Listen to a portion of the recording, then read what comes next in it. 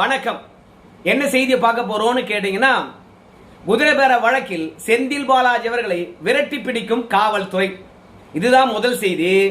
இரண்டாவது செய்தி நம்ம முதலமைச்சர் அவர்கள் பதவியேற்று கிட்டத்தட்ட 76 நாட்கள் முடிவடைந்திருக்குது. இந்த 76 நாள்லே 20,881 கோடி ரூபாயாம். எல்லா அரசியல் தலைவர்களும் வாயை பொளக்குறாங்க.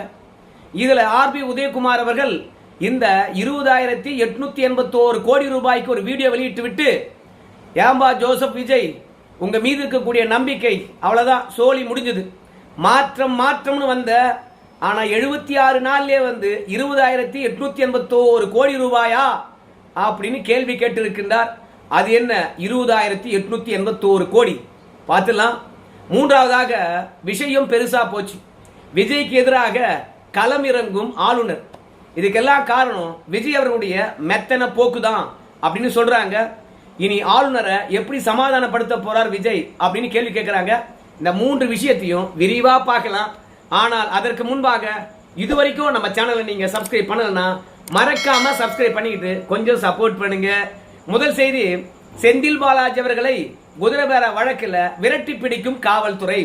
உங்க எல்லாருக்கும் தெரியும், வெள்ளிக்கிழமை போயிட்டு நம்ம திருவல்லிக்கேணி காவல் நிலையத்தில் கையெழுத்து போட்டு வந்தாரு நம்முடைய செந்தில் பாலாஜி மற்றும் அவங்க தம்பி. ஏன்னா குதிரை பேர வழக்கில் ஜாமீன் பெற்று விட்டாரு. நிபந்தனை கொடுத்துருக்காங்க, காலை மேலை இரு வேளையும் திருவல்லிக்கேணி காவல் நிலையத்தில் போய் கையெழுத்து போடணும்னு சொல்லிட்டு அதற்காக ஆஜராகி கொண்டிருக்கின்றார். அது மட்டுமல்ல, குதிரை பேர வழக்கில் அவரிடத்துல விசாரணையும் செய்து கொண்டிருக்கின்றார்கள். ஒவ்வொரு நாளும் காலை வேளையில் குறைந்தது 3 மணி நேரமாவது விசாரிக்கின்றார்கள். ஏன் விசாரிக்கிறாங்கன்னு கேட்டீங்கன்னா, இதுவரைக்கும் ஒரு 14 பேரை கைது பண்ணியிருக்காங்க குதிரை பேர வழக்கில். திருநாவுக்கரசு என்ற யூடியூபரையும் கைது பண்ணியிருக்காங்க. அவர் தான் செந்தில் பாலாஜிக்கும் அவங்க தம்பிக்கும் நெருக்கமானவர். இந்த 14 பேர் வாக்குமூலம் அளித்திருக்கின்றார்கள். இந்த குதிரை பேரத்தினுடைய பிதாமகர் செந்தில் பாலாஜி அவங்க தம்பி தான் அப்படின்னு சொல்லி இருக்கின்றார்களாம். அது மட்டும் இல்ல, இந்த 14 பேருடைய வீடுகளிலும் அதிரடியா சோதனை செஞ்சிருக்காங்க.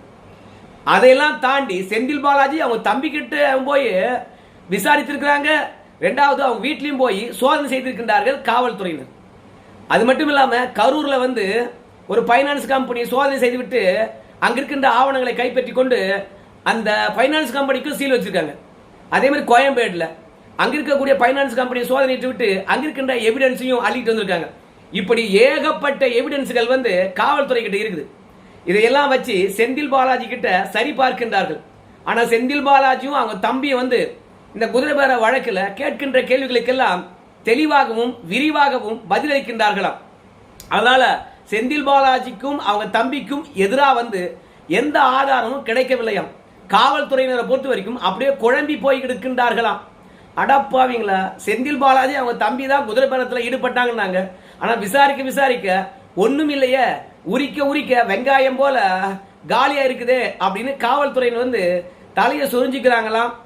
ஆனா மூத்த காவல்துறை அதிகாரிகளை பொறுத்த வரைக்கும் செந்தில் பாலாஜி நல்ல வெயிட்டான வக்கீல் வச்சிருக்காரு போல இருக்குது.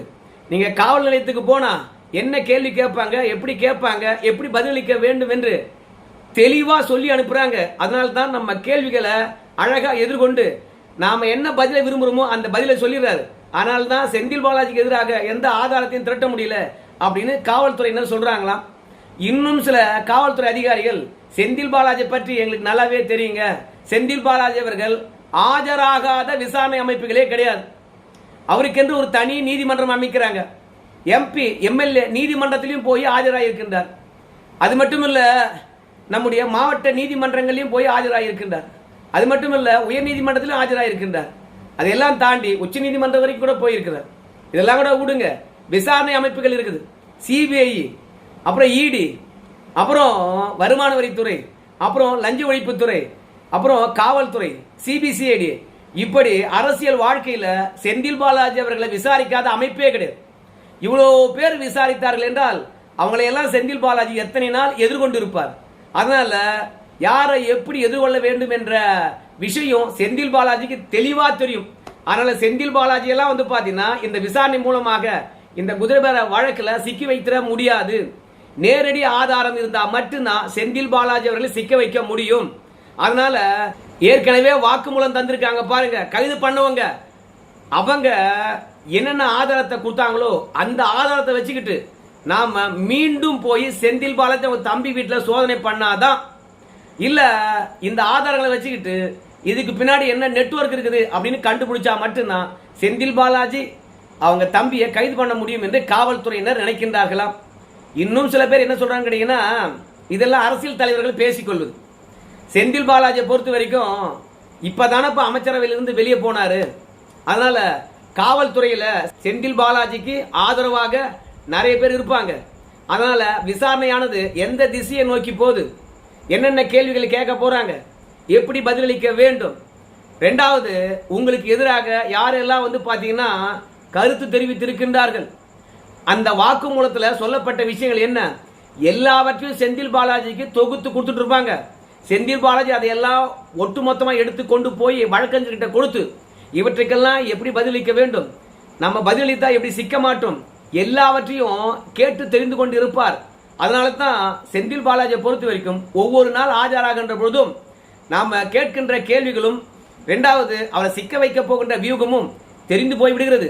நமக்குள்ளதான் கருப்பாடு இருக்காங்க, அவங்க தான் போட்டு போட்டு கொடுக்குறாங்க செந்தில் பாலாஜி. அதனால தான் 3 நாள் ஆஜரான பிறகும் நம்ம விசாரணையை ஈஸியாக எதிர்கொள்கின்றார். அவர் ஒண்ணுமே பண்ண முடியல. அதனால் இந்த விசாரணையை ஒன்று யாருக்கும் தெரியாம நம்ம முன்னெடுக்கணும். இல்லையா நம்மள யார் கருப்பாடு அவங்கள பார்த்து கண்டுபிடிக்கணும். இல்லைன்னு வச்சுங்களேன், தலைமையில் இருக்கிறவங்க தலையிலே கொட்டுவாங்க. எவ்வளவு உயர் அதிகாரிகளை செந்தில் பாலாஜி விசாரிக்கிறதுக்காக அனுப்பியிருக்க, ஆனால் செந்தில் பாலாஜிக்கு எதிராக ஒரு எவிடன்ஸ் கூட கிடைக்கல. அந்த ஆள் கிட்ட ஏகப்பட்ட வழக்கு இருக்குது, ஏகப்பட்ட பேர்கிட்ட லஞ்சம் வாங்கியிருக்குதா சொல்றாங்க. ஆனா ஒரு வழக்கில் கூட அவர் சிக்க மாட்டாருன்னா எப்படி?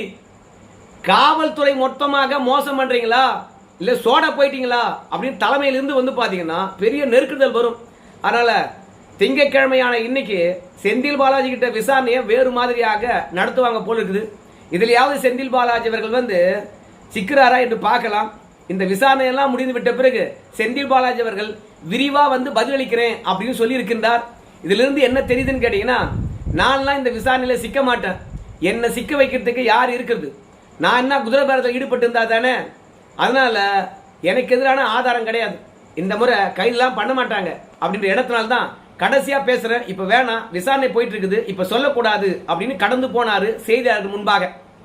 அதாவது கைது பண்றாங்கன்னு வச்சுங்களேன், உடனடியாக செந்தில் பாலாஜி என்ன சொல்லியிருப்பாரு, அடா இந்த காவல்துறையானது ஜோசப் விஜய் அவருடைய கைப்பாவையாக மாறி போச்சு, அரசியல் பழி வாங்குகின்றார்கள், நான் நீதிமன்றம் தந்த நிபந்தனை ஏற்றுக்கொண்டு கையெழுத்து போட தான் வந்தேன், ஆனால் என்னையே விசாரிக்கின்றாங்க, நீங்க திருவல்லிக்கேணி காவல் நிலையத்தில் போய் ஆஜராகுங்க, உன்னை விசாரிப்பாங்க நான் சொன்னாங்க, இல்லையே ஆனா என்னையா விசாரிக்கிறாங்க அப்படின்னு சொல்லிட்டு செந்தில் பாலாஜி அவர்கள் கைதாகிற மாதிரி இருந்தா உடனே தன்னுடைய கலக குரலை எழுப்பியிருப்பார். ஆனால் அங்க கைது செய்வதற்கான சூழ்நிலை கிடையாது. செந்தில் பாலாஜி மற்றும் அவங்க தம்பிக்கு எதிரான ஆதாரங்கள் சுத்தமா இல்லை. காவல்துறையே பார்த்தீங்கன்னா குழம்பி போயிருக்காங்க.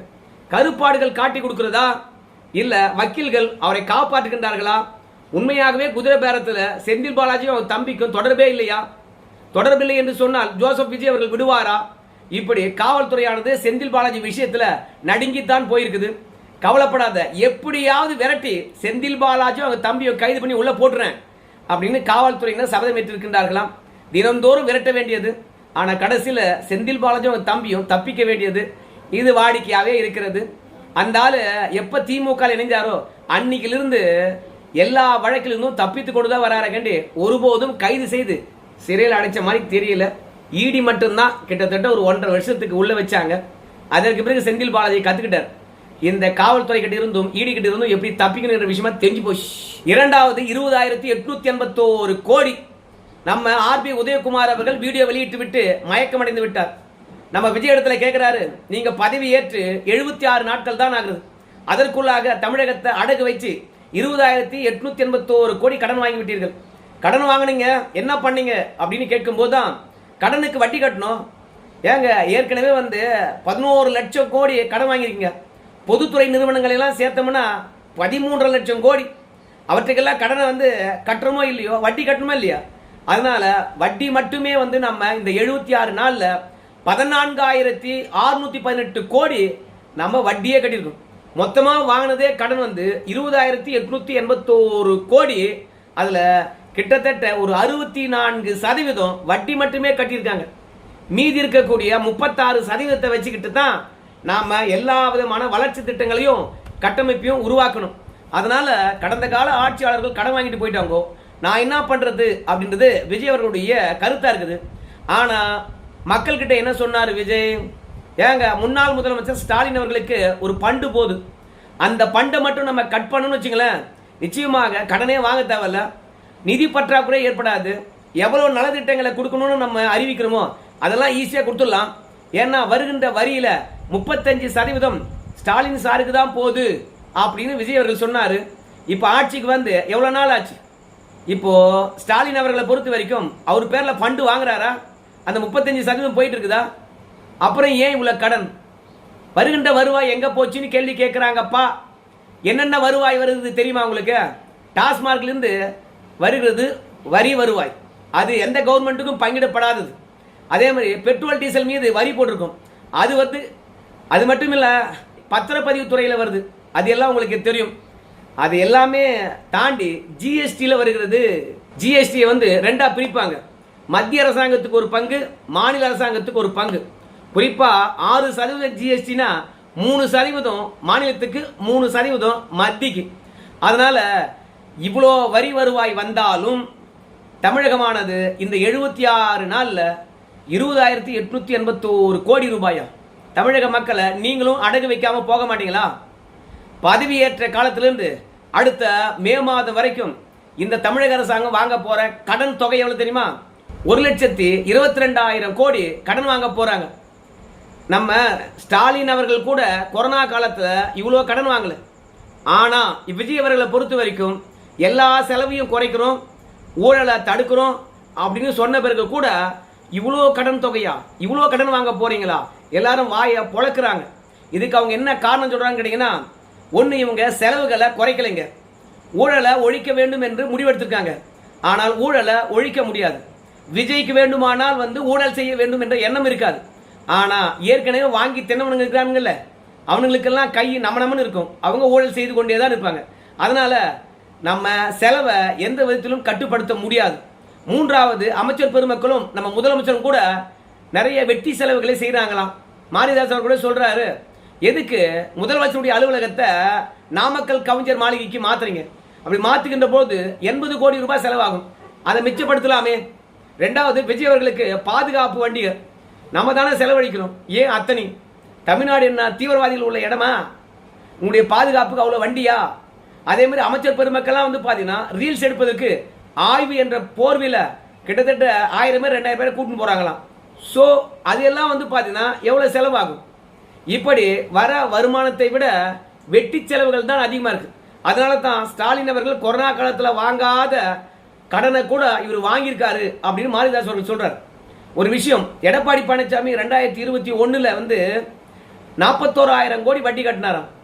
நம்முடைய ஸ்டாலின் அவர்களை பொறுத்த வரைக்கும் கடைசியா வந்து 56,000 கோடி கடனை கட்டினாராம்.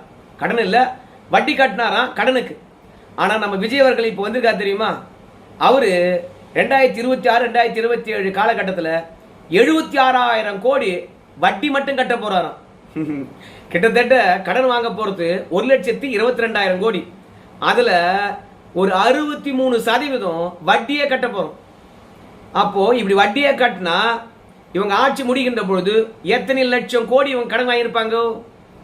அதாவது நேரடியாக அரசாங்கத்தை நடத்துவதற்கு மட்டுமே வந்து முதலீடுகளுக்காகவும் கட்டமைப்புக்காகவும் 6 லட்சம் கோடி கடன் வாங்க போறாங்க.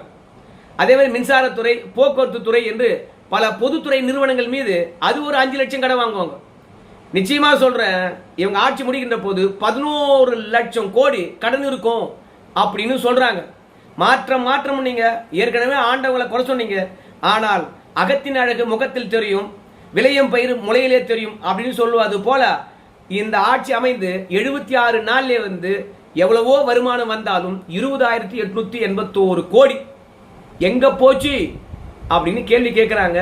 இது நிர்வாக திறனின்மை காரணமாகத்தான் இவ்வளோ கோடிகள் கடன் வாங்குறாங்கன்றாங்க. உங்க கருத்து சொல்லுங்க. ரெண்டாவது, ஆளுநர்கிட்ட போய் அதிமுக திமுக 2 பேருமே வந்து குதிரை பேரம் செஞ்சாங்கப்பா இந்த தவேகா காரங்க, அதுக்கான ஆதாரங்கள் இந்தாங்க அப்படின்னு கொடுத்தாங்க. ஆனால் ஆளுநரை பொறுத்த வரைக்கும் குதிரை பேரம் பற்றி நான் விசாரிக்கிறேன் அப்படின்னு சொன்னார். ஏன்னா நிறைய பேரும் வார்த்தையை விட்டாங்க. அந்த வார்த்தையை விட்டவர்களுடைய ஆடியோ வீடியோவும் கொடுத்தாங்க.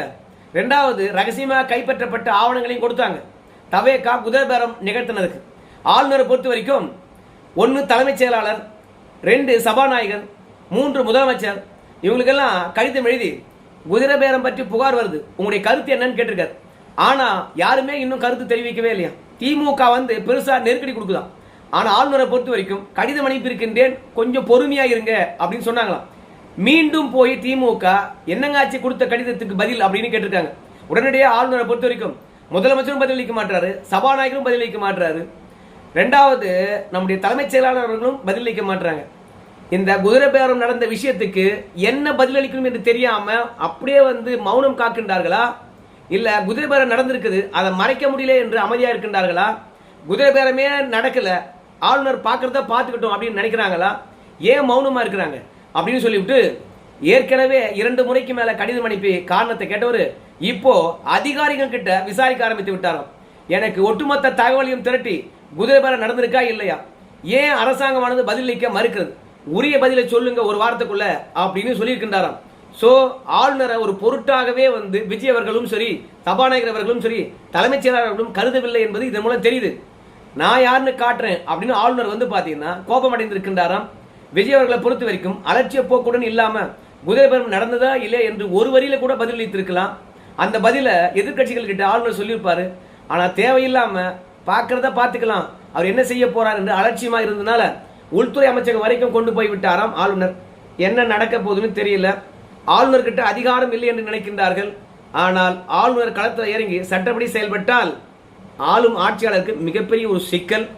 ஏன்னா நம்ம ஆளுநர் தான் வந்து பார்த்தீங்கன்னா தமிழ்நாட்டினுடைய கான்ஸ்டியூஷனுடைய ஹெட், அவருக்கு அதிகாரம் இருக்குது. அதை பற்றி விஜய்க்கு தெரியும். ஆனால் ஏன் அலட்சிய போக்குடன் இருக்கான்னு தெரியல. மொத்தத்தில் செந்தில் பாலாஜி அவர்களையும் பிடிக்க மாட்டாங்க போலுக்குது, இந்த ஆட்சியும் கவுக்க மாட்டாங்க போலுக்குது, கடனும் அதிகரிச்சுட்டே போகுது, தமிழக மக்கள் தலையில முழக்க அரைச்சிட்டே இருக்கிறாங்க.